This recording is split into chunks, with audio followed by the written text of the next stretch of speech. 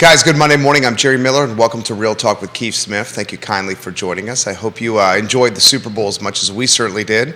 A nice spread, some family, some friends, some good spirits, a lot of people, and a quality football game makes for a fantastic Sunday afternoon, and it makes for a somewhat slow-moving Monday morning, but we're going to bring ammunition to you to jumpstart that Monday as we have what I think is just a beautiful spring morning upon us, even though it's February here in Charlottesville in Central Virginia. The show is presented by Realty Partners, and today's program has some dynamite people on set. Woody Fincham in particular just brings fantastic ammunition to this show every single time he's on set. Keith Smith, of course, the star of the program, and the show is archived on realtalkwithkeithsmith.com. Why don't we welcome Judah Wickower, our director, our talented panel to the program. Boys, good morning. How are you? Good morning.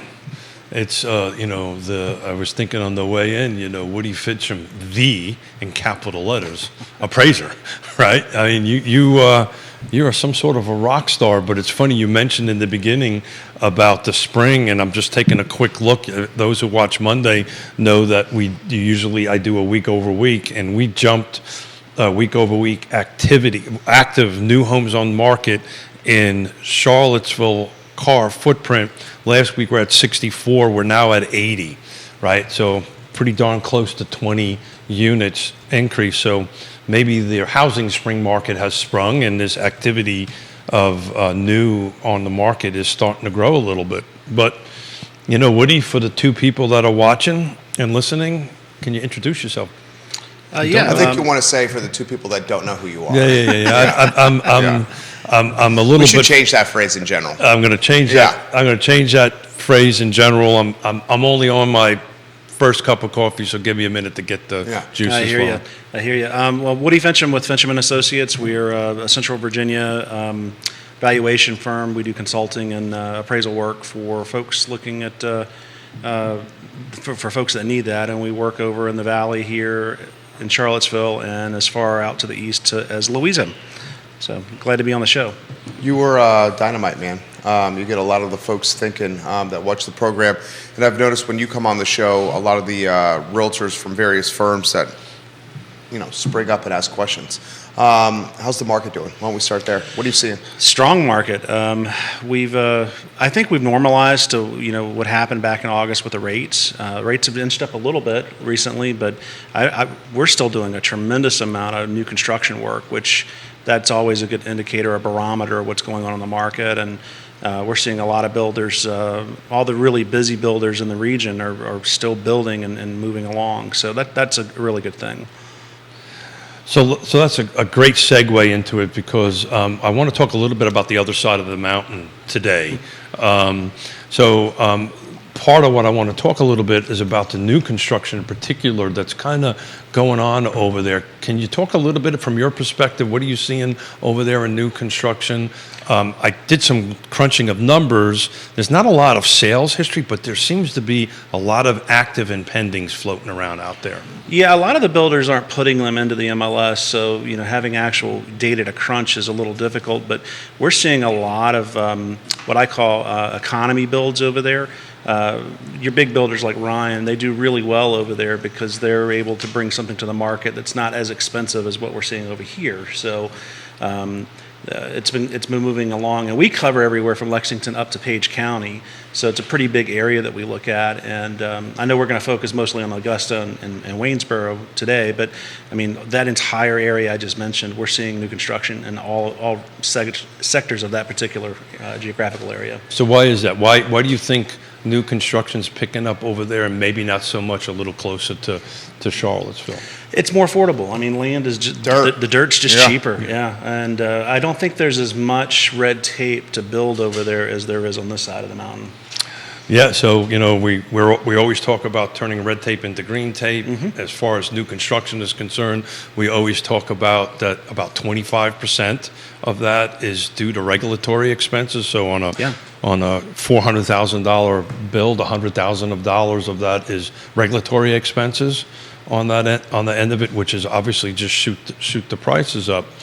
But from an appraiser's perspective, and let's, a couple of real estate agents that may be watching and homeowners that may be watching, is there a different process in the appraisal process for new construction than there is for an existing home? Is the methodology different? Is the path different? The only real difference between an existing home that we are going to appraise and something that's going to be built or that's in the process of being built is that we're doing an as-is value for existing, but we're going to do a subject-to value. So really, everything else about it's relatively similar. You're still looking at alternative comparables. What would be the most likely thing that a consumer would compare it to if they were going to buy something, just to have alternatives for the sales comparison approach. So it's all relatively similar, but we're basing it on what's going to be built, not what's actually there. So off of a set of plans and specifications. Yeah. So I have a change order right through Yep. it. How does that work, right? So I start off with a sales price of X. I have a change order with that. How does that get worked into the appraisal process? It's an ongoing process. So a lot of the builders that we work with will, of course, have change orders as they go along. Something gets changed. The lender just sends it over to us, and they ask us to augment the report because we'll submit a report, and in some cases we'll have 5 or 6 change orders happen over the lifespan of that build, which could be 6 months, and we'll continue to update it as they need it. But usually most of the change orders don't affect a lot. And most of the time it's just cosmetic things that folks are wanting to go from one color of vanity to a different or something of that nature. And those things are pretty interchangeable as far as that goes. So I added a couple of new slides today, and I haven't had a chance to talk to Judah yet, but it'll be slide number 9, Judah, if you wouldn't mind. So I did a new slide. It's new construction, single-family detached. This is what's currently active and pending. And I found this number very interesting. The city, this is for single-family detached, the city of Waynesboro has 31 pending and 14 active. So that means, and that's from January 1 until 2/12. So there was 31 new construction homes that were put under contract in Waynesboro. Is that jiving what you're seeing out there? Oh, absolutely. And we, one of the big builders over there, Atlantic Builders, we've been doing a lot of work on the subdivisions that they're working in now. We did the pre-construction and development phase with the bank who's financing that, and there's just a lot going on. I mean, it's that little section where they're building is pretty amazing, actually. So Jerry and I have been talking about this forever. At least I have. It seemed to not have happened this time around, but normally when gas gets to a certain price point, the other side of the mountain slows down a little bit. And I'm looking at all the data here, and I did not see that in the last couple of years. Now, we saw a very strong correlation in that when the 08, 09, and 10 markets, if you were moving further out into the rural areas, it was very affected by petroleum prices. But right now, we're not seeing any impact from it. I mean, it's still cheaper to live over there than it is to live over here because of the price of the real estate. So Nikki has joined us. Good morning. Well, could you tell a few people about yourself? Oh my gosh. I got it wrong. Nikki Jerry Chambless. Jerry tried to teach me. It didn't work. I think we should just eradicate that. I'm eradicating. Yeah. Nikki, introduce yourself to everybody that's watching the show. Hi, I am Nikki Chambless. I am team leader of Keller Williams Alliance. And I had car repairs this morning, so I was late. Not on the one I'm driving, thankfully, though, so there is that. Did you have a good weekend? How was the Super Bowl? So I didn't watch the Super Bowl. I did watch the halftime show. It was incredibly well done. Oh, it was awesome. An amazing show. To be able to cram a top-notch concert into the span of 10 minutes. And I don't know if any of you have ever performed in that kind of way, but dancing and singing alone is ridiculously challenging to do. But doing it while also having a baby bump situation is a whole other ballgame. Like, she's just incredible. How about the fact that she was also on a platform raised above the field? Okay, so besides that being cool as can be, I also, the first thing when I saw the baby bump and I saw her floating through the air, I started looking for how she was secured to that platform. I was like, okay, I was know wondering she the must same. be. She totally was. She was harnessed in, right? Yes, she was. Yeah, had to be. They probably all were, but I was really only concerned about her because of being pregnant. I mean, like really high above the ground. Oh, it was incredible. Yeah. Now, Yeah. now I saw a post this morning, Woody, on your page about the halftime show. Not necessarily your cup of tea. Right. I think the they've got a branding issue. I'm going to sound like a nerd here, but I really like hard rock, metal, that kind of music. And if you listen to each break at the Super Bowl when they're doing a timeout or in between plays, every other song, I counted 9 or 10 times last night, they're playing Metallica or something like that. But yet they won't get that branding into their halftime show. I will never understand why they go to pop music rather than what their demographic likes. But What about the national anthem? That was actually a really I enjoyed it. good I national thought it was anthem. good. Your wife says you're going to be as polite as possible on this topic right now. Lori, welcome Yay, to the Lori. program. We love you, Lori. I will say this. Rihanna, and look, I thought the she's just halftime show was incredible. amazing. I Yeah. thought it was amazing. Yeah. I understand that it's not the cup of tea for everyone. Sure. But she has so many hit songs. And like the challenge she had was figuring out a way to montage all these hits in was it 26 minutes, 29 minutes, something like that? It wasn't. Yeah. I'm not sure. Yeah. I felt like it was even less, but maybe like it was a short span of time. Yeah. Where you're putting a whole music career of hits because she has so many. So many. And you all know them all, whether Yeah. you realized it until the halftime show. Exactly. Or not. That's the thing. That was it. That was the Every- thing. I don't know any of her songs. I mean, I'm not connected with pop music in that way. Totally get it. Totally Yes, get it. To yes. Nikki's point, when she was singing, I was like, "Oh my gosh, that's her Yeah. song too. I That's her forgot song that was too. her. I forgot that was her. Yes. That's literally what I was saying. But when you hear it, when you're out and about, your head's gonna bop. Right. Whether you're out and about to dance or not, you hear it, you're gonna be like, oh yeah. It was incredibly well done. The production was great. I mean, it's better than Nice. any Vegas show I've ever seen. Oh, man. Just really good as far as that goes. I can assure you my head wasn't popping because I knew none of the songs. Oh, so we're in the same. We're in the we're, same. in, we're in the same generation. Yeah, okay? but do you go for metal or no? I like anything. I was just wrote down the last real memorable halftime show for me was Prince. Oh my Okay, gosh. well, The honestly, greatest that of is all one of time. my life regrets. So is I wanted to that see him. that was just an awesome halftime I mean, show. I Purple figured out how to Rain, make that In the happen Rain. anymore. Yeah. I mean, Purple Rain was amazing. yeah. Well, Yeah. he's just a whole god of. I may have been making But- spaghetti and meatballs during the halftime. So just that's what I was. Oh, man. That's what I was doing. You got Yeah. the topic du jour in this community has been assessments. Yes. Can you? So this guy's a pro. Anyone who's watched this program realizes Woody Fincham is a pro's pro, as people describe people of his talent. The assessor really has no control here. I mean, we're talking market values here. Right. So all these bills that are coming out, people are like raising fury and so ticked off when their respective jurisdiction. The reality is we're talking market values here. The tax rates are where the jurisdictions have some control and some Right. autonomy here. Can you help put this in perspective for everyone? So when you're doing assessment work, you're looking at market value, but that's actually not the most important thing. The assessors are charged legally to be fair and equitable, and they have very small staffs. If you're talking about Albemarle, you're talking 45,000 give or take parcels that have to be reassessed on an annual basis.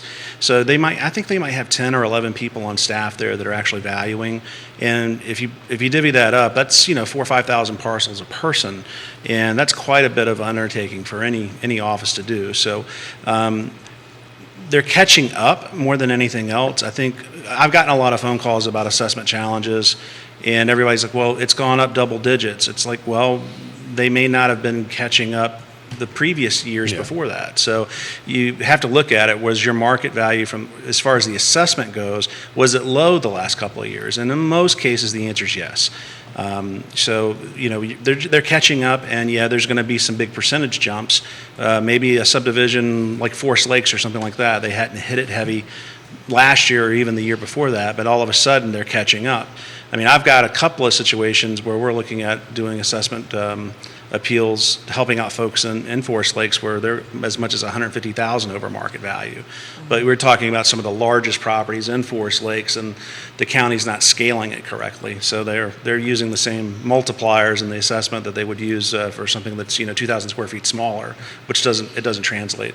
This is a good topic, and it's resonating with people. And Olivia Branch says, how could you not love 12 songs in 13 minutes?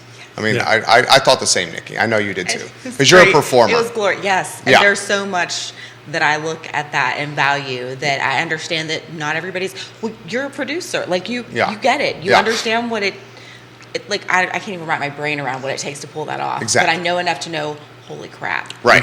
Which is also how And I they feel about kept some it of all these secret. assessments. And they kept it all pretty secret, the It was production, right? incredible. I don't know. I'm not in the know. Neil Williamson says, I think Woody Fincham would have liked Iron Maiden as the yes. halftime show a little more. I actually saw them for the very first time a couple months ago, and Really? what an amazing! You talk about stage production. They're very theatrical in what they do. Travis Hackworth says, Woody's talking market value, but the assessors go based on the exterior condition and the surrounding property conditions, not necessarily the interior. They have to be invited in to do an assessment on the interior of a house. Can I share a thing on that? Go ahead. It's totally your jam, but I was just talking to Yeah. someone last week who's actually hired you. And I was like, oh my gosh, it's because they haven't been in your house. And she was like, no, they have. Not only have they been in my house, but she didn't really feel like she had the ability to say no to this. Yep. Mm-hmm. So let's answer that question. Yes. So the answer to it very succinctly is no one has a right to come into your home There you unless go. you invite them in. The assessor has no police power for that. If you pull a permit, you do agree to allow them to do their job, to come back to your property and pick it up, but they don't have to come into the interior. The person who just made a comment about interior, Travis. Travis, they do absolutely use interior information on the sales that happen because they're in the MLS, and they do have access to the MLS in most of the offices. So they will get to see all the sales that have occurred or things that have been listed. They'll at least have a general idea of the condition of the property. But Travis is also correct, and a lot of times they're not looking at the interior. So if your condition of your property is way different than what the assessor's showing, that's a good point of contention to have with them.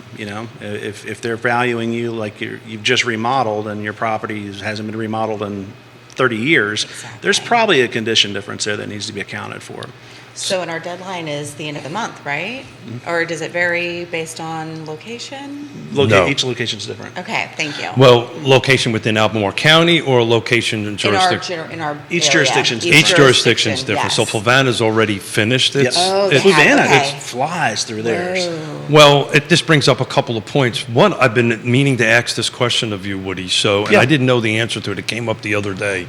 So what are the jurisdiction's requirements? In other words, how often do they need to appraise? It's not every year. but Right. So what exactly is the requirement? It's based on actually population. So like Madison, I believe, does it every 4 or 5 years. Yeah. They're very small. Flavanna does it every 2 years. Albemarle, of course, does it annually. Charlottesville does it annually. But it's usually based on how the jurisdiction's incorporated with the Commonwealth and also their population base. So, and each year, even for like Madison, where they only do it every 4 or 5 years, they still benchmark it each year. So they're still keeping up with what's going on as far as each year goes. Why does the assessment, why does it lag? Why, okay, here's multiple questions for you. Yeah. Why is it lag? Why is it below market value? Why the way they're managing this is going to create some headaches because you get sticker shock. Yeah. Why isn't managed better so the sticker shock isn't so significant? I think they're pretty well managed in all of the jurisdictions for the most part, but you got to remember that each jurisdiction is taking on this huge universe of properties. Again, Albemarle, 40-some thousand properties. It's a major project, and they're also not on a calendar year. They're working off of a fiscal year, Yeah. so they're always going to be behind. The tax assessments go into the new assessment values go into effect on July 1st of each year for Albemarle. They have to get everything done prior to that, so they're going to be finishing up, when I was, the assistant assessor for Albemarle, we were really busy in August and September, finishing up in the fall, and that's where we would base our effective date of our value as of right then. But it doesn't kick in until the next fiscal year, which is July. So there's a big amount of It's space almost a there. year Yeah. lag time on it. There's really no other way to do it, though. I mean, if they're going to, if the office is going to have an opportunity to do good analysis, or the best that they can anyway, that's the only way to do it. So we started this discussion at the beginning of the year, actually the end of last year, because Fulvana came out real early with its tax assessment. And one's a comment and then the other's a question. The comment is they just, most of these jurisdictions only give you about a month to appeal it, which Right. is not a lot of time. Some folks don't really pay attention to the mail, or they might miss it, or something along those lines. I know in Fulvana, Yonna and I helped over 12 folks win. They actually won all their appeals. So the same thing, which is then a question for Albemarle County. So what is the appeal process? What's the best way for somebody to move forward to that? Is it to hire you or reach out to a real estate agent? What is your recommendation? Either way, I mean, it really depends on how. This is a service you provide. We do. Yeah. We absolutely do. But it just depends. I mean, most of the time, the delta between what market value is and what the assessor may be using for their market value, when you figure out the actual mill rate or how much the taxpayer is actually paying, a few $100s may not be worth challenging. Now, you can go through the informal process where you go with an agent, or even get with us. We can look at it from the desktop. We don't have to come out. But we can do a feasibility analysis on it and say, okay, it looks like, they may be off, or it looks like, hey, they're in line with everything else that's happening in your subdivision or in your particular market. That's a less expensive way to do it. If you get a full appraisal and then representation at the Board of Equalization, then of course that's time, and it does take, you can get into several hundred, even thousands of dollars with that, depending on how aggressive the taxpayer wants to be. On commercial real estate, it makes a lot of sense because you're talking thousands and thousands and thousands of dollars with that. But with a home, unless you're in a really high value niche, there's probably not a huge difference. And the way the assessment usually works, it's a regressive thing, meaning that the higher the value of the property, usually the lower the value is going to be from the assessor side, because they just don't have a lot of data, and they really don't go after that property class really, really hard. Whereas when you're in a lower value niche, there's more data because there's more transactions, so they can be reasonably Accurate. Accurate's a good word. So I can add a little bit to that. We've had 6 phone calls, and we're helping 6 folks. 4 of them was within hundreds of dollars when we did an assessment to that. The other 2 were rather substantial. Yeah. And so what we've done is we did a CMA for them, gave it to the client, and suggested that they appeal themselves on that end of it, and if they need any help, to reach out to you beyond that. But again, it's only been 6, and it's been in Albemarle, but 4 of them were pretty darn close. Yeah. When you worked out the math on the current rate, right, and that's the next big thing, what's the rate going to be? Right. At the current rate on it, it was only a couple $100, and they felt it wasn't worth the time or energy to appeal it. Yeah, sometimes it is and sometimes it isn't. And I always chuckled every year that we would do this, because I worked in Newport News, then Suffolk, and then what brought me up here was working for Albemarle 10 years ago. There's always the folks that are just they hate paying taxes of any kind, so it wouldn't matter if it was $10 or $2,000. Sure. They're going to viciously attack it. And we had some taxpayers that would come in every year. I mean, you could almost set your watch by, knowing Mr. So-and-so or Mrs. So-and-so are going to come in, and they're going to complain every year. So here's a value to go and do that, even if it's just a little bit below what the tax assessment. If they increase the tax rate, it's going to help you, right? Because your multiplier, your value is going to be less. So my advice to the folks that were only a few $100 was to appeal it, but they chose not to. Yeah. They chose not to do it. Every jurisdiction has their own informal challenge process. Sure. They gave us 2 weeks in Fulvana. I live in Fulvana as well. I thought that was a little accelerated because we were very accelerated. You guys have jobs. Yeah. Well, not only that. I mean, you're an insider. You do this professionally, but what about the people that have kids and jobs? Yeah. But it For was sure. the time of the year. It was in the holiday season. Yeah. Right? So That was an unfortunate everybody's coincidence of all timing. tied up in holidays, and now you got 2 weeks, and I literally have people knocking on my door going, what the hell? Yeah. And so, Well, where it's really going to be a factor is when we see the tax rate. Now, Charlottesville City is already indicating, at least the conversations in the hallways, that it's not going to raise the tax rate in Charlottesville City. Let's see what happens with Albemarle County. Time will tell. That's where the rubber really meets the road. Right. Is the tax rate. well, if the value goes up, tax rate stays, correct me if I'm wrong, Woody, please.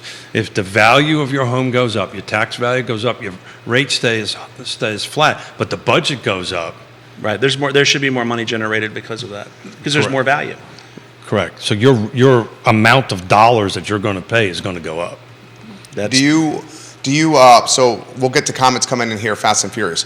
What do you say to the folks that are, I mean, it's all over the feed here.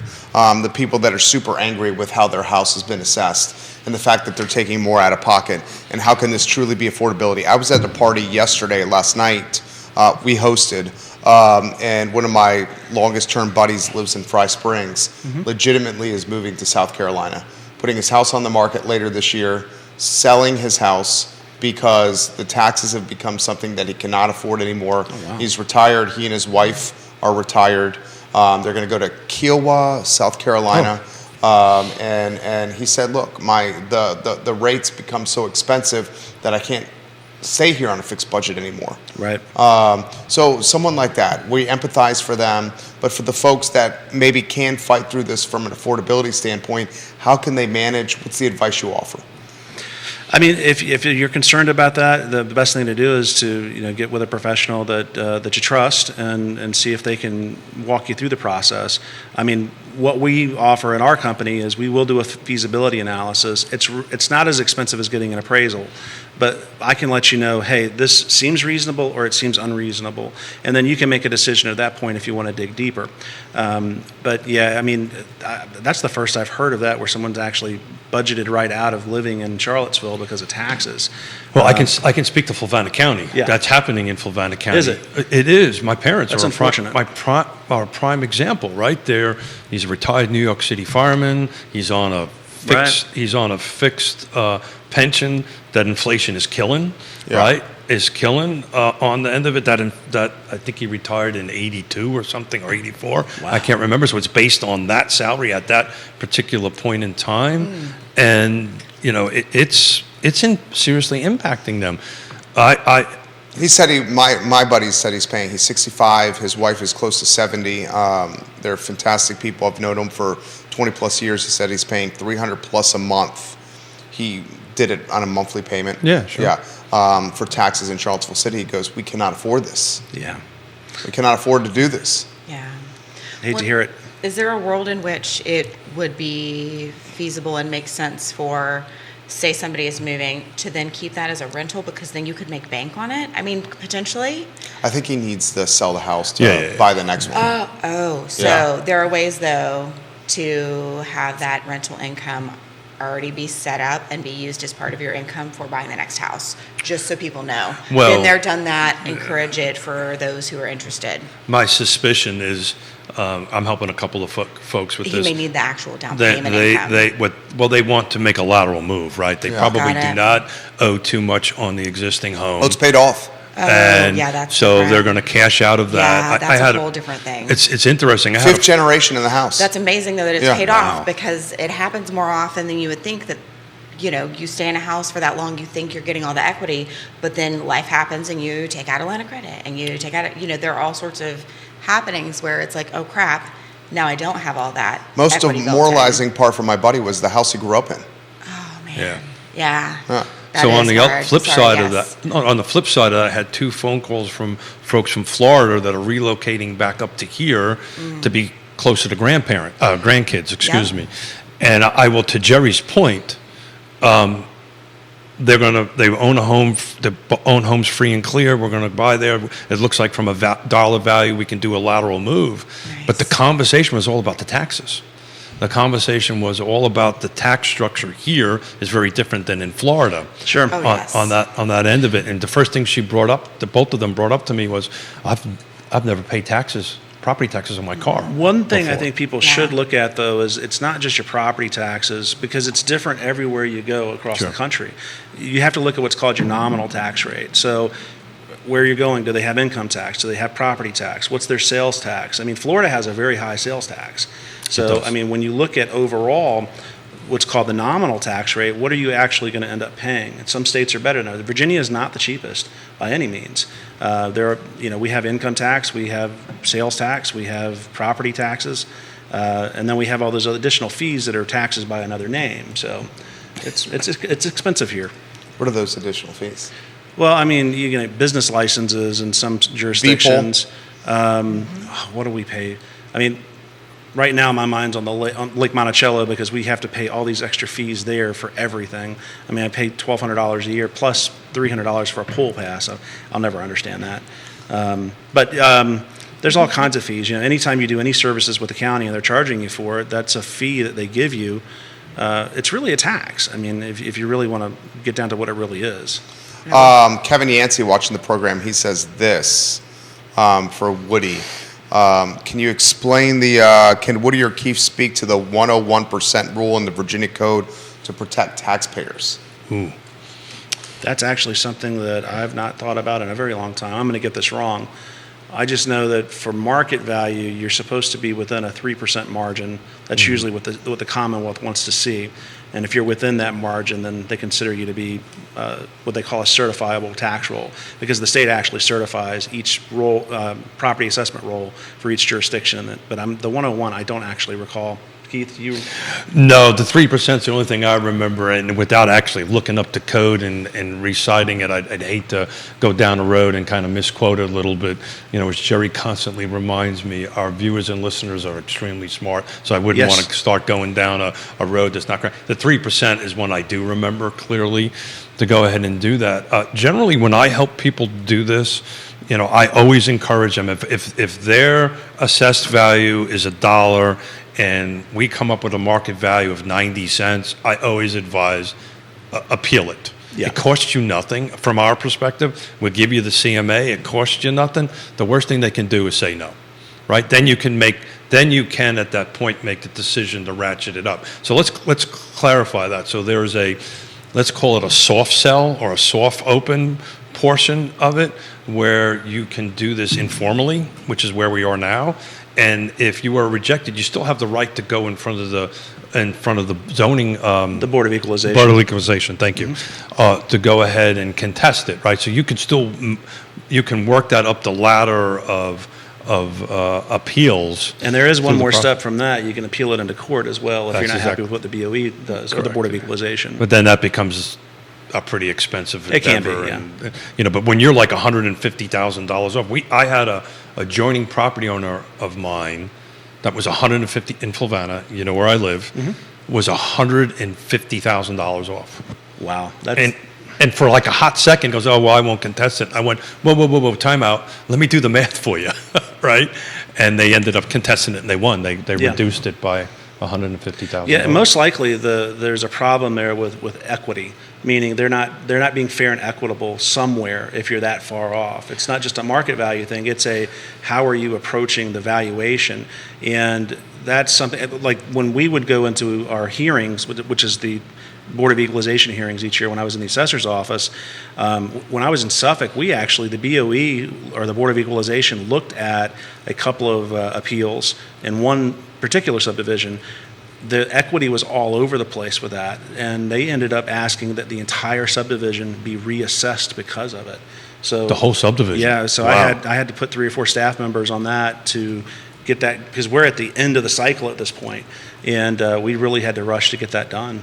But it was the correct call, because the previous administration in the assessor's office there had not done a good job keeping up with it, and they were treating everybody differently, that's a no-no in assessment. So I just actually emailed to Jerry and Judah. United Van Line does a survey every year. They just released the 2022 survey, states moving in, states moving out. and the reasons why, and I'm looking at Virginia right now. We had a total of 52.2% inbound and 47.8 outbound. But it's interesting, and we talked about this the other day. The number one reason for inbound is retirement. You know what the number one outbound is? Retirement also on that end of it. And family was the highest. To be closer to family was 38.24% on the inbound side of it. So well, that's always, the grass is always greener on the other side. We see a lot of folks coming down from New York and Pennsylvania and places like that to here because we look very appealing to them because their tax base is very high, right, much higher than ours. And then you have people that have been here for a period of time and they go, you know what, places like South Carolina or Wyoming or wherever are better for us because it's even cheaper there. So I think it's a matter of just your perspective on what you're dealing with. So Jerry and I talk about the inbound salaries. So they have an actual income thing. So I just did 67% of all the people that came into the state of Virginia made over $100,000. Their income, so they brought $100,000 worth of income to here, and there was there was 6% up to 50,000, 10% up to 75,000, and then 17% up to 100,000. But there was a broker of 100,000 to 150 and 150 and up. But if I totaled the two numbers for the inbound percentage, so there's 67% of the folks that came in here are making over $100,000. Do they ask that, keep the same statistics for those leaving the state? Yeah, so great question. It was, do some quick math here while somebody talks for a second. Comments, put them in the feed. We'll relay them live on air. The 101% says that this is Kevin's comment, if a city, county will garner more than 101% of the last assessment, the city must lower the tax rate. Right. That's a tax question, which is outside of my realm of expertise. Working in the assessor's office, we focused on, again, market value and fair and equitable treatment of the real estate. What happened, because we would have folks come in every year, and it's like, we hate you, Mr. Assessor, because you're raising our value. And it's like, well, you want someone like me there because we're going to give you an honest interpretation of market value. What happens with the tax rate is completely on the politicians that you elected. If they want to increase it, decrease it, or keep it status quo, that's their decision. We give them we try to give them good information so they can make a good decision for their constituents. If they do or they don't, I can't control that. Well said. Nikki, for you, have you seen the tax rate, the assessments impacting business in any capacity? Multiple people are asking you that question. Business, as in real estate. Sorry, my brain went into commercial. That's not what the question was, though. So, no, but I do think it's one of those areas where it's a matter of being educated on what's going on. Like as a real estate agent or any real estate professional, really, you're going to need to know enough to at least guide someone to the appropriate person and be aware of what's going on enough to have an intelligent conversation. It may not need to be in depth, but as a realtor, you're going to need to know more about that. You're going to be the top tier of knowledge as far as what those values are currently. And like Woody had shared about, there's this delay. So there really is a lot of room for error in that for people to fight it. I don't know appeal. There we go. That's the word I was looking for. Appeal that amount, right? So does it impact us? Yes. In the way that anything that is real estate related is going to impact day-to-day real estate life. It matters, it makes a difference. As we were talking about, it does mean some people decide to move because it does make it unaffordable to live in the same house you've had for years, especially on a fixed income. And it is an important thing to factor in. Well said, Nikki. Great question, Woody. So I have to pull up a different tab for that, so I'm trying to do this live. Exactly the same percentage moved out. Really? 67% of 100,000 and up moved out. 67% of 100,000 and up moved in, which is. And this is based on what period of time? So this is 2022, all of 2022. So United Van Lines does this analysis that they do. They've been doing it for like 30, 40 years. I have to look at the length of the time on it, but they do this every year. So that's really interesting. It was 67% in and 67% I'd like out. to see the delta between the years on that, just because with COVID, the 2 years of whatever you want to call it, with people being able to work from home, and now a lot of corporations are saying, hey, you got to come back. I wonder how that's affecting people moving in and out of the state as well. So I can do that because this goes all the way back to all the different years. how So about I'll do that? some quick math while somebody else talking to see what year would you prefer, 2020 or 2021? Well, let's go pre-COVID, like 2019? Yeah, something 2018, 19, something 2018? like that. Okay, cool. Well, and also, where can we find some data about these companies? Like, we're talking about companies that are making people come back in, but who are they and where, like I have a friend at UVA, she's still remote, and they're letting her, and of her group, she's the only one who is still remote. They were not told, though, that would be able to be long-term, right? For her specific situation, she's pushing that because that is the biggest value add for her staying in that role, and they want her to. I think the biggest folks that I've seen, through media, of course, this is completely arbitrary. I don't have any data to back it up. But you're seeing the big companies like, Amazon, and you're seeing Google and all of those. Their CEOs are very Byzantine in how they approach it. And they've got that old school mentality of managing people, and they want to have that top down where they're over top of people looking at what they're doing all the time. I think some of the data we got out of COVID was, if I recall correctly, that efficiency in the workplace actually increased because people were happier working from home. But there are some CEOs out there that are like, hey, I got to have my staff here because that's just the way I want it. No, I get that. No, totally. I'm just wondering, because I think a lot of those were not people who were told, hey, we're going to continue this will continue to be an option. Whereas there are people who, like I mentioned before, 2 people that bought houses from me during COVID life, they're still working remote. That's working incredibly well for them. It's actually created for one of them a whole another option where the plan will be for her to continue staying remote. That's awesome. And they, their companies, both of them, actually one of them is Closure Title for one of my clients, and he's been able to stick with that. They have a considerable amount of remote employees, and it goes very, very well. They do wonderful work. 2018, $100,000 and up. Inbound was 61%. Outbound was 62%. So a little bit less than 2020. But they actually, I'm going to open up the tab for primary reason for moving to the job thing. Nice. 62% was inbound for job. Retirement was only 12% inbound. The outbounds are all different. It was retirement 23%, family 26%, lifestyles 13%, job 48%. But it was in 2018, to your point, it was 62% of the folks that came inbound were coming for a job versus, hold on a second. By the way, this goes to 1977. Well, I guess our economic developer folks in the cities, counties, and at the state are doing their job because they're bringing people in for work. Yeah, but it's changed since 18 Yeah. to now. So the job, in 2022, the inbound job is 17.65%. The outbound, people leaving for work, is 39.43%. Wow. So that's and the highest ticket currently, the number one is at family for 38%, and then retirement at 20% on that end of it. This is an interesting comment. It's from Anonymous, and he's a data guy. Yeah. Have you touched base, you guys? You guys have a lot in common. We've not touched base, but I've read some of his things, and he's a very intelligent guy. Macro data guy. Yeah, for sure. Finance guy. He says, I would love to get Woody's take on this. People are going berserk about the assessments right now. Anonymous has openly said he lives in a very expensive house in the city of Charlottesville. Okay. He says, I tend to think the assessments are at a general level pretty accurate. People need to refocus the question around the tax rate and why it doesn't go down after a 2-year period of 25% assessed value increases.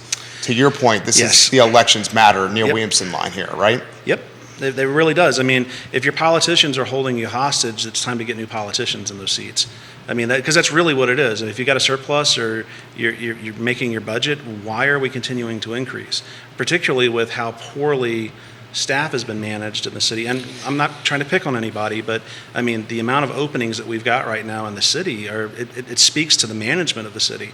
And, that's also a political thing. I mean, our political leaders aren't, coming to the table the way they should, I guess. And Of course, I live in Fluvanna, and I'm very happy with how we're managed there for the most part.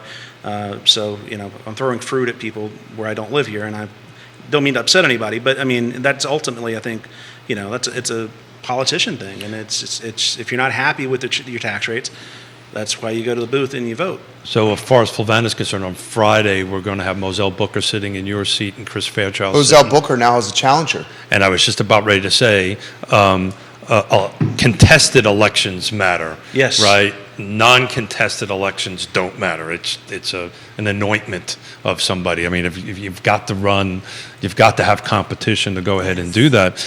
And again, to kudos to my friend Neil Williamson, who constantly says that. Also, Ned Galloway. The most important thing everybody to be watching right now is the budget discussions and the rate discussions.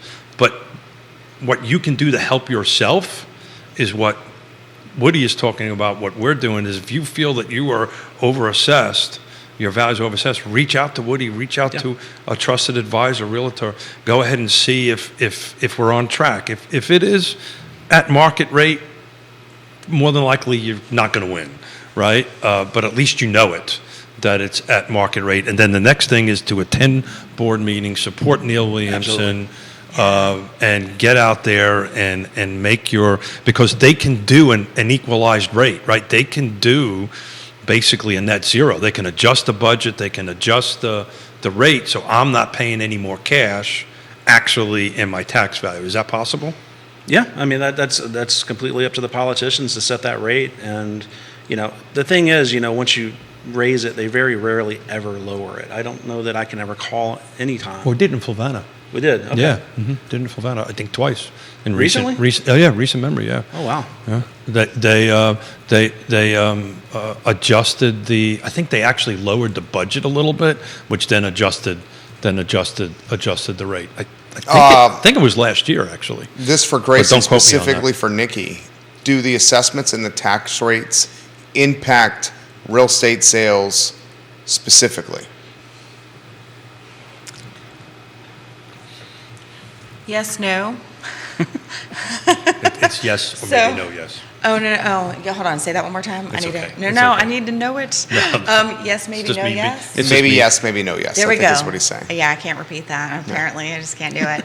No, because here's the thing. It should be part of any normal part of the conversation that you're having about a home, right? It's part of your purchase. It's important information. It's in the listing. It's part of the information being reviewed. It's also part of the information that the real estate tax, I'm not going to assume what was put in that little box in the MLS is correct. I'm going to double check it myself. That's just me being a little extra, but I would so much rather be a little extra, be thorough, and be right than have a mistake that I later have to explain. I truly, I think you guys who watch the show know, if I don't know that I can be right, then I'm going to speak around a topic, but I'm probably not going to commit to a specific answer like this one. Because it is both. It's not necessarily ruling most people out of making decisions on a house, but it is always part of the conversation in real estate. And I kind of feel like maybe the question is leaning toward asking, hey, is it important enough that it's impacting people buying or not? Not most of the time. So on the sales side, we always generate. Nicely done. Thank you. Yeah. That was well done. I do kind of like what I do a lot. Yeah. Nicely done. You could totally run for office. That's a great answer, non-answer. How about I don't know that I feel like that was a compliment, No, it's Woody. totally a compliment. That was a compliment. Okay, That's thank a you. tough topic. this question from Neil? Does Charlottesville have an income problem or a spending problem? That's a hard. I don't know, but that's a great question. I think it's a spending problem. I think Woody would probably. I don't want to put words in your mouth here, but I think it's a spending problem. I'd lean that direction, yeah. Yeah, I mean, it's you can't constantly find reasons to spend more money in a jurisdictional budget and create affordability, because you're going to need income or revenue to support those additional sources of spending. Yeah. And that's what they're doing. They're managing resources, and in the end, if you spend all your money, you can't manage all your resources. Right. That's how I see it. Yeah. So a question for Neil, and he probably knows this off the top of his head. The city of Charlottesville, the total budget, how much of it comes from rooftops, residential rooftops, and how much does it actually come from commercial?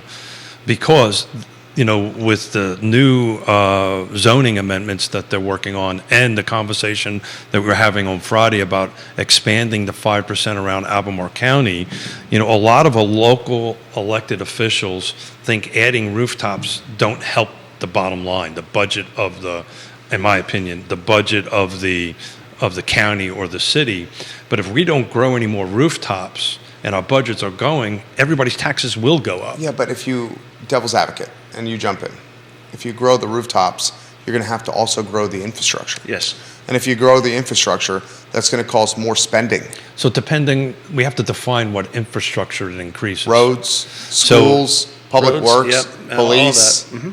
But the city's rezoning won't impact the roads because they're existing already. So there's no new roads coming in. That's actually not true, though, Oh. because if you're going to increase density, you're also going to increase traffic levels. Okay, traffic's one thing. I'm talking about actually building more roads. Well, Managing the roads. Yeah. Managing. Maintaining Okay, the got it. roads. You're going to wear down your infrastructure. Yeah. because Got you got more density. And there's a lot of Public orange transport. cones around town right now. Yeah, Yes. there are. So many. 100%.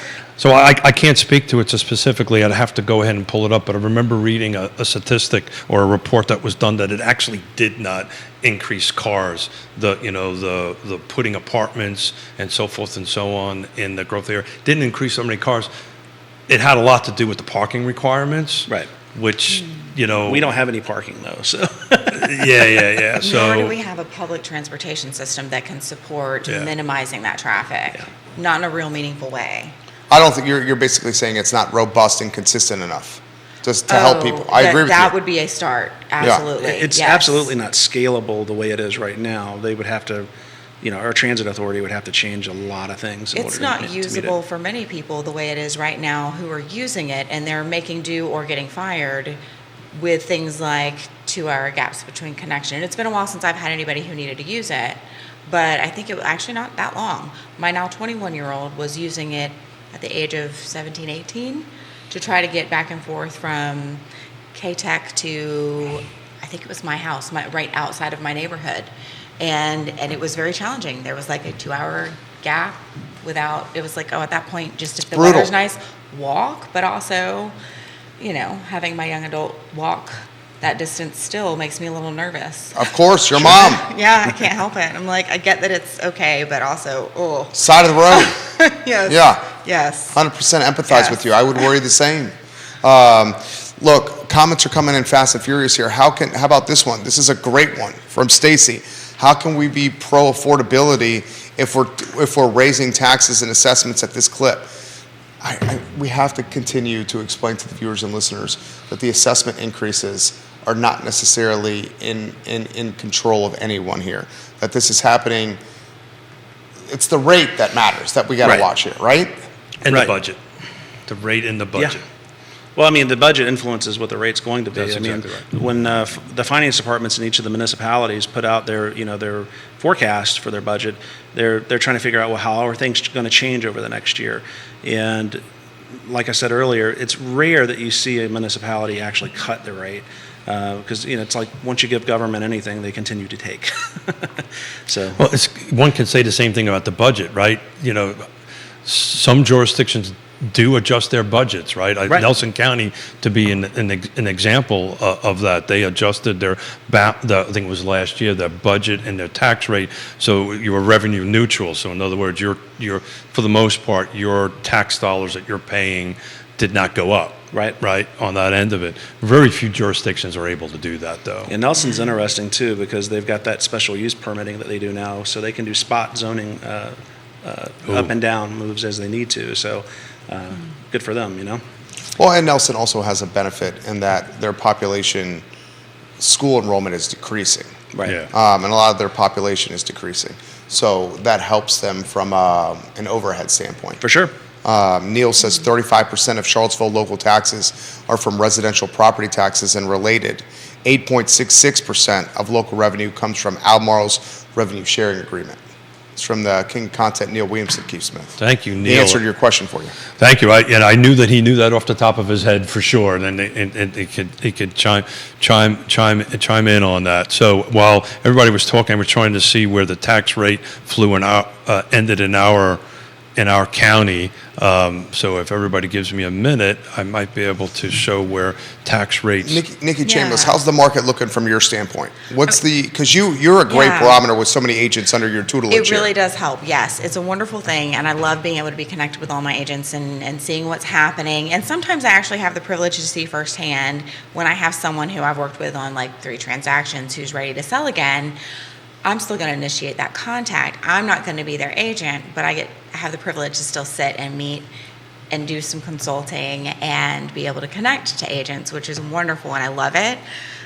But I will say, I feel like what we really are seeing and feeling for the first time in 2 years is that seasonality, which also means that we're seeing that end. Everybody's feeling really busy. They feel their listings are coming out, like the increase, and it's not a huge increase, but we do a new listing email every week that goes to the car agents. And we've had that tick up. Last week there were more on that list than the last previous weeks because of seasonality. In our sales meeting for the first 15 minutes, we talk about what we have coming and our needs for our buyers and specific things.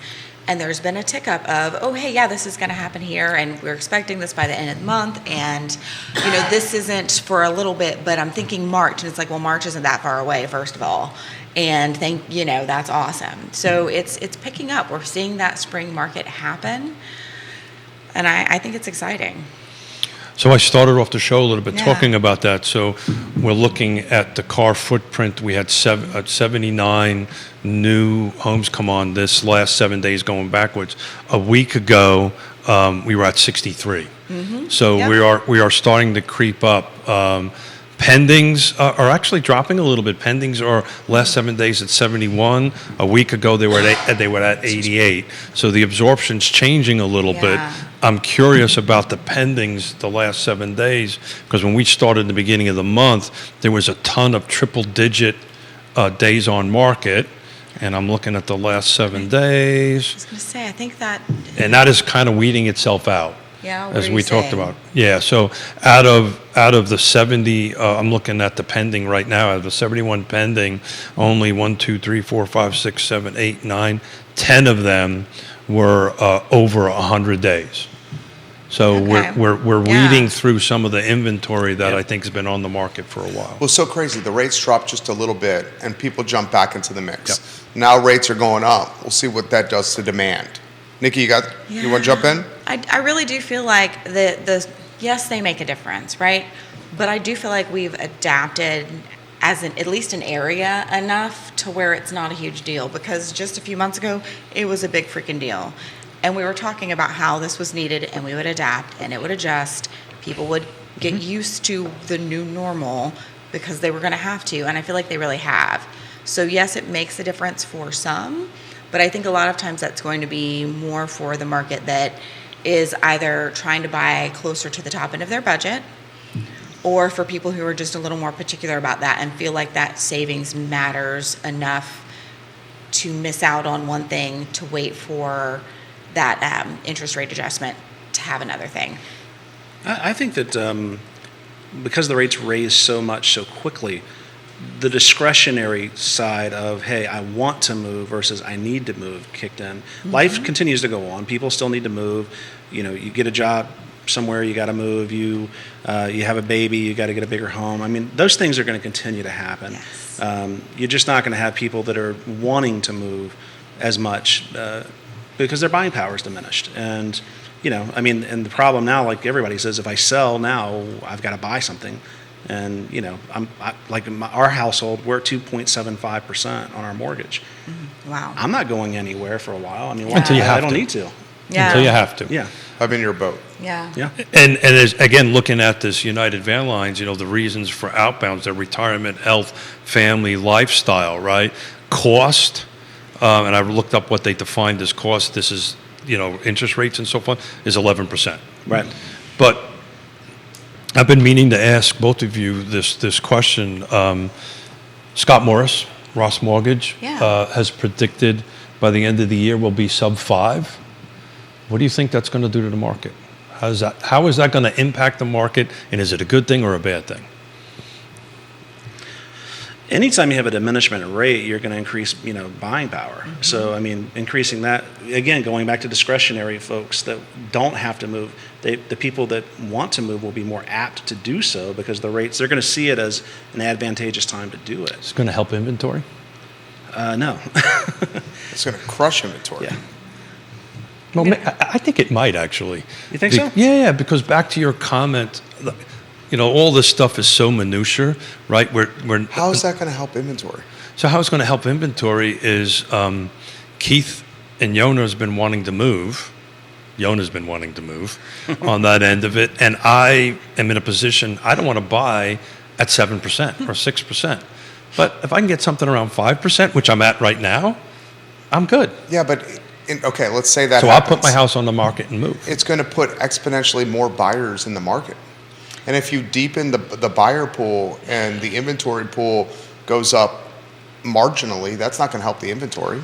Yeah, the buyer, as I've explained it, my interpretation of it, the buyer pool's the deep end of a 10-meter Olympic-sized diving pool, right? Diving is 20 feet deep. It may be 18 feet right now. That 4-5% is going to put the water over 20. That people are just going to come in the market. The inventory is probably the kiddie pool. It's kind of moving its way a little bit towards the 3-foot end of the pool, but the ratio is just way out of whack.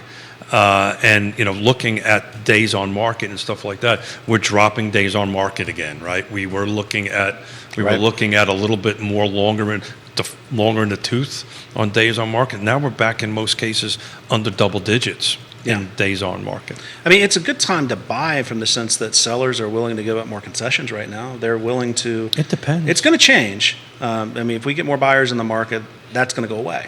But I mean, what we've been tracking is we're seeing more frequency of concessions, and we're seeing a return to historical 3%, where concessions were between 1% and 2% whenever they would happen.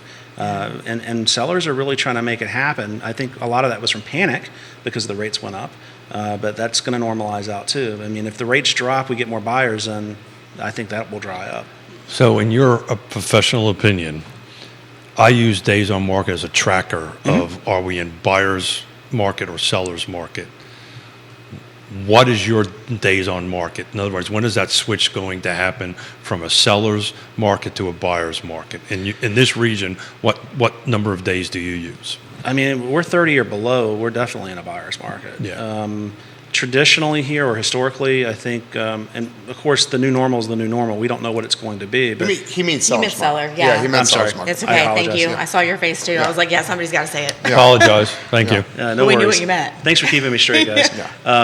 But yeah, I mean, bottom line is, sellers are in control, and until we get up to 60 or more days, which I don't ever remember us being at that point. We had back in the bad old days, we were in 90s, 120. What are you talking, 08, 09, 10? Yeah, correct, yeah. Yeah, that was BW. That was before Woody was here. I love it. But, Oh, man. But I'm just looking in the car footprint. What have sold in the last 30 days is 189 homes, units. This is all the whole car footprint. 15 days on market is the median. Yeah. Okay. Which that's kind of high over the last 12 months. I mean, but it's not bad at all. Yeah. Well, it used to be 90 days used to be like the benchmark, right? When it made that shift, right? I think right now that benchmark is closer to your 60 days. I think it is a new normal. I think when we start going north of 30, it's now going to kind of make that switch where buyers will have a little bit more control.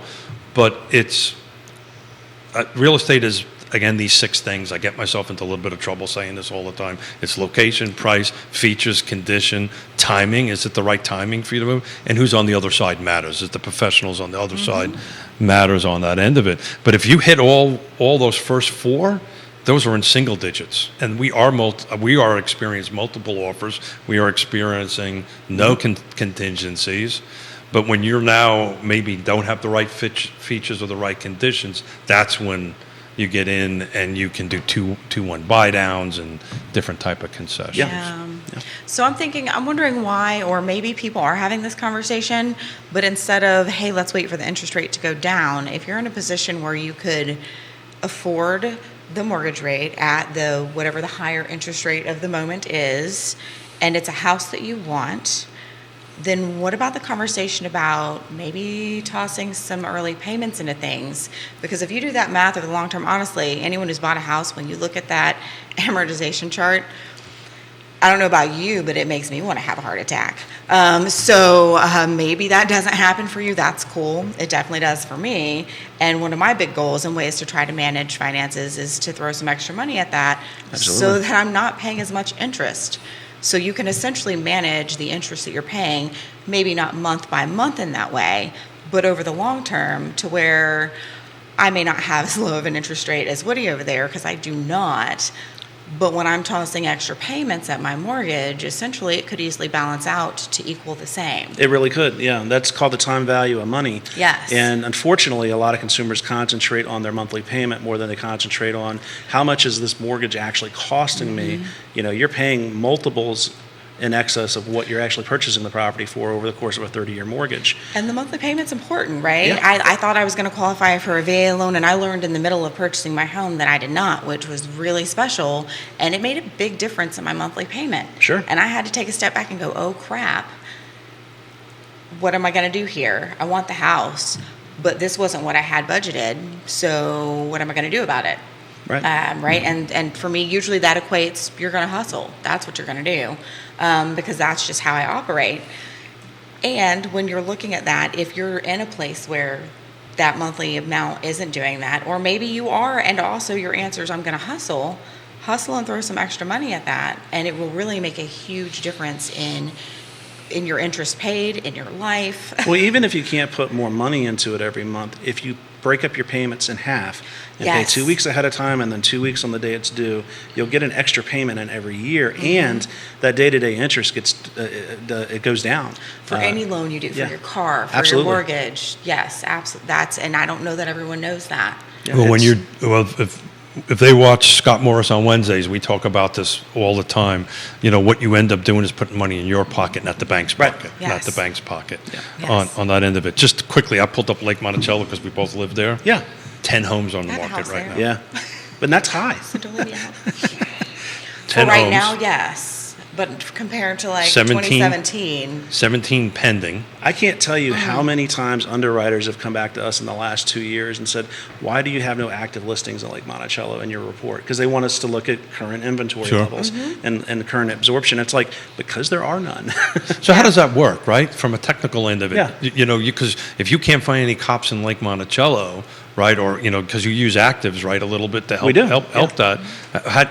What's the path for that to help your client? Well, we will look at pendings, and pendings, there are always pendings on the market. Yeah. So they're still considered to be active even though they have a contract on them, as far as the underwriting side of the mortgage stuff goes. So there's 17 pending right Yeah. now. So all of that would be looked at in the event that there were no actual active listings on the market right now. So that does give an indication. And any appraiser worth their salt, because I know a lot of people fuss about how appraisers do it because we look at a lot of retrospective data. It's always historical. Yeah. But you're behind the ball if you're doing that. You've got to look at what's actually happening right now and what's on the market as well. Did you see that $1.19 million house going pending at Lake Monticello in I did not, no. 5 freaking days? No kidding. 1.19. That's under contract. I don't know what the actual. It's a we won't waterfront know. property. Yeah. I can tell you, I know this for a fact. Nothing's ever sold at Lake Monticello over 900 Yeah. because I looked it up. the Ever? other day. Ever. that Wow. was my reaction too. Well, and there are, I have one agent who One has point- multiple clients waiting for the right waterfront at Lake Monticello to be available. 1.190 sold in 5 days. It's still pending?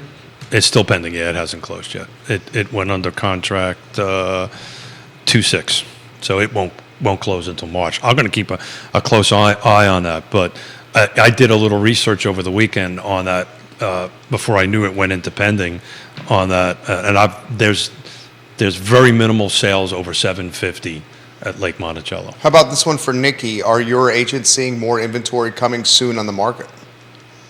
Well, yes, Ooh, great because we are question. getting that increase, that seasonality increase, that whole, spring is the best time to list because people believe it is, truly. And are there other reasons? Absolutely. Like the property I was just the client that I was mentioning recently for the consult, that's actually happening right now. And part of when they list is going to be about having the photography happen when their property is wonderfully in bloom, right? So is there more to it? Yes. And it is because we believe it to be. So we are definitely seeing that seasonality increase in listings right now. Keith Smith. So I just did a quick search, Lake Monticello, 750 and up. There was 21. Hold on a second. I think I made one quick error. Let me double check that. I've got. Looking at this one listing you're talking Yeah. about, where you're looking, Keith, Yep. this is a Thank you. very specific kind of property that you're talking about. Oh, yeah. What's the address? Yeah, for real. Can we- Hold on one. Yeah, it was active. We can give the address. It's 17 Bonita Road. Okay. It's a contemporary style, but it's on a killer lake lot. Yeah. So the people buying this are looking at it going, this is a very specific thing that they want, because this is not a common type of house you see at the lake. So this closes at that price point. Let's assume it's cash, right? Right. Because it probably is. How does that impact your appraisals for Lake Monticello? Is it Anything on the water is going to definitely be impacted by it. Anything that's on the water and in that type of property class, meaning that it's similar in size, similar in design, and appeal to the market. Again, this is a very specific type of home. So, the consumers that are looking for something like this may be a smaller pool of buyers than. And this home's beautiful. Yes. It is. It really is. And you're right, it is going to be a smaller pool of buyers. But, Any I mean, home that has a uniqueness to it, right? It will absolutely matter to the folks that are in that property class, and it's definitely something we would consider, as long as we can confirm that it's an arm's length transaction. I mean, and you can tell with this house that Yeah. it's been renovated completely inside. I mean, the Could you do me a kitchen's favor? brand new. Can you explain arm's length transaction, just Ooh, because it great- is great real question. estate appraisal Yeah. terminology? So basically, what that means is that it's a legitimate transaction from the sense that the parties are not related to each other. Neither party is acting under any type of duress, like they're being forced to sell because of a divorce or some type of litigation's forcing them to sell, or they're usually those sales are going to sell lower than normal real estate because they're being compelled to sell. But we do see situations where people will do a transaction where they're including like a $100,000 boat with it, and that gets added in somehow, and that has to be adjusted out, and that's all information that as an appraiser I've got to get to figure out whether or not I can actually use it as a legitimate comparable or not. Yeah. So as far back as our MLS goes, I put in Lake Monticello, 850 and up, what is sold, 4 homes. Yeah. Okay. Sounds about right. What do you make of that? All waterfronts, obviously. Well, I mean, Lake Monticello is this very specific captive market. It's like Lake Louisa, if you're familiar with Blue Ridge Shores. Same thing Yes. there. I mean, that they're very similar in that they're intentionally designed PUD neighborhoods or planned unit developments. HOAs are in control of it in both situations, and that's a very specific buyer wants to live in a gated community like that. So we want to clarify this. We don't know what it actually sold for until it closes. Right. Well, we know what it was Absolutely. listed. Well, but we do know it went under contract in 5 days. It went under contract in 5 days, so we'd have to find out probably this time next month. Yep. What it went out at. I just, as somebody who's been living in Lake Monticello since 1987, and I'm in this business, I never thought I'd see, at least my tenure there, a sale north of $1 million. Yeah. So. Well, I think there's a lot of this. This is a huge home, right? It's I'm looking at the pictures right now. It's also incredibly well done. Oh yeah. Beautiful. On the lake, like Yeah. waterfront, Oh, yeah. not like, hey, we've got a few feet that. No, it looks there's- right down the main it's- body of the lake. It does. It's actually It's beautiful. It's actually gorgeous. And was incredibly well listed and laid out. Some And it of the looks like wildlands the photography situs bothers of the me, home, but- or where it's located on the lot, takes full advantage of that view Yeah. too. Sometimes at Lake Monticello you'll have really nice waterfront lots, but they build the house at Well, a funny angle. Because they Right? were built in the Yes. 70s. Right. So a lot of folks don't know Lake Monticello originally was a vacation community. It never was intended to be a bedroom community, which it became. Well, also, and there are that pool of buyers that are waiting Yeah. for the right lake waterfront property at Lake Monticello, and it looks like the listing agent did a stellar job. Oh, yeah, It's without got doubt. wonderful photography. Oh, yeah. It has virtual tours that I haven't looked at, but I Yeah. assume they're actually virtual tours. So the reason I brought it up more was for Woody's interpretation on Yeah, the impact, the impact of it. Impact on, assuming the sale goes through is at this price, how does it impact everything else at Lake Monticello? And the answer is no, it really only impacts all the waterfront lots. Is that a fair? Right. Yeah. I mean, it's like if you're car shopping, you're not gonna. If you're shopping for a Mustang GT, you're not gonna use Volkswagen Beetles as your comparable data Yeah. point to figure out what you're gonna pay for it. Are you talking to my wife again? Yeah, no. My Honda CRV is not going to get priced compared Our to dream the car- electric Audi, you know? Her car is a Mustang GT Shelby 500. That's our dream car. That's not a cheap You should car. make that happen for Yeah, her. that's a because six-figure you love car her, right there. and I want to see it.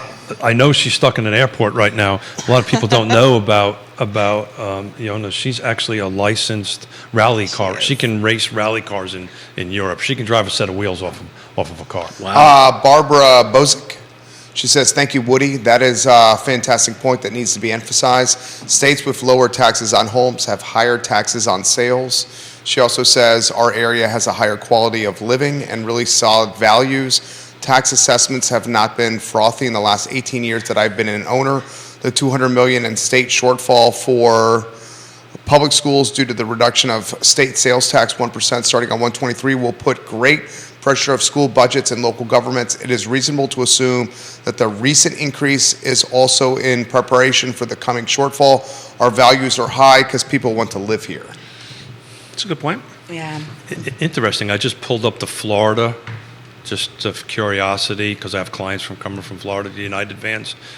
20% was only retirement. There was 24% outbound from Florida because of retirement, which is a strange thing. 38% was for family reasons moving in. 35% family reasons for moving Yeah. out. I would have not expected to see that. Yeah. So Woody, what are you expecting spring and summer in this market? I think we're going to see, like we normally do, typical seasonality where we're getting, more transactions are going to happen. It's that magical moment where people with children and families with children, where they are, they don't want to move the kids until the school year ends. That always influences a lot of the single-family sales that we're seeing. I just don't see us having a weak market right now with everything that's looking the way that it is. I mean, the rates are, I think, for the most part, have been accepted by the consumer, and people that want to buy are going to buy. Well said. Nikki, same question for you. See, my brain went to the whole family and end of school year situation because you also have the chaos that comes at the end of the year. So, like, May is just out for a lot of people, right? Yeah. Unless you absolutely have to be doing life, listing your home, looking for a home. Now, this is only a certain part of our population. Right. And I don't know how much of our population fits in the school-aged, like K through 12 situation.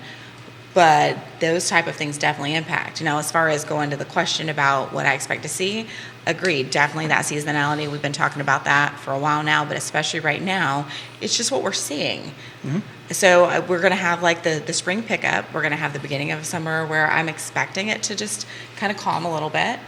Then there will be another pickup, and then there will be another calm, and a lot of it does happen to be tied to some of that like school schedule impact, along with people going on vacation. Like, people like to go to the beach for the summer, and when they're at the beach, they're not necessarily looking at houses here. They might be looking at houses at the beach. But then we also have a lot of our beach people come out to the mountains for their vacation. So we get an influx of our out-of-towners maybe looking. So it balances out a little there, but not quite evenly. Well said. Keith Smith. Yeah, so I've said this before, I'll keep on saying it. Spring already sprung. The spring market already sprung. There is Yes. I don't think there is any spring market any longer. I run a 20-something year spreadsheet taking a look at volume of sales. I've been doing it for 20 years. That whole spring market really hasn't been around for a long time. It starts pretty much January 1. So is it the post-holiday market then? Yeah, I think we needed to find it something else. Yeah. I don't see it as a spring market, post-holiday market. It's over. And to the beach comment, the thing that I'm holding in my hand, Yeah. people are looking at homes all the time. They are. So I think that's going to change. And I don't know about you, but I wander a little bit, and everybody I talk to, it may be at a bar, it may be on the street. So what's going on with the real estate market? Oh, yeah. So Who's not curious? I think this trajectory is just going to continue to go up. Yeah. Oh, Keith, whenever we go to a party or a social gathering, I don't tell anybody what I do for a living. It's pretty hard for me not to do They that. back you into a corner. Oh, no. Yeah, you end up working, don't you? Yeah, and it's like, I feel like we can get away with talking about what we do without like working, but you might not be able to do that so well. no, not at all. Yeah. I mean, investors will corner you. People that are thinking know. about selling will corner you. You just need a line, like janitor or something. I don't know. Like, I just need to hang a that's what I do. disclaimer around my neck. I'm not here to work. No. Yeah, self-employed is what I say. I'm just self-employed. Nice. Well, Keith Smith. I do love having the conversation, so. Keith Smith, Nikki Chambless. Chambless. Yeah, got it. Woody Fincham, guys. This show is Real Talk with Keith Smith, and we just try to make difficult topics approachable for you guys.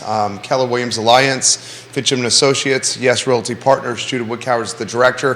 The show is archived at realtalkwithkeithsmith.com, and we welcome your questions as always. Thank you kindly for joining us. The I Love CVille show is up in approximately 50 minutes on a Nice. gorgeous Monday in Central Virginia. Oh my Thank you goodness, for yes. watching, guys.